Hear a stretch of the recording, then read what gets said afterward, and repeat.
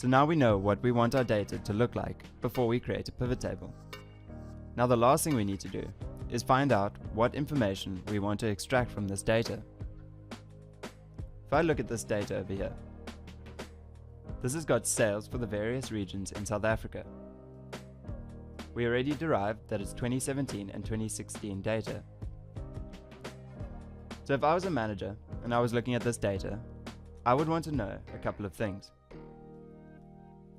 The first thing I may want to know is which month had the highest sales.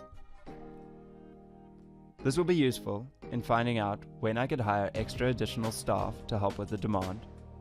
And inversely, I'll also be able to find out which months did really bad, and I can find out why.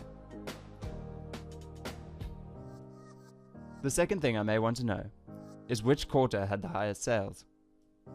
This will be useful for managing inventory and budgeting for expenditures. Another thing I may want to know is which province had the highest sales. This would be useful to know where to hire more staff and perhaps where we can invest more money into improving different provinces. Another thing management may want to know is which year did better, 2016 or 2017.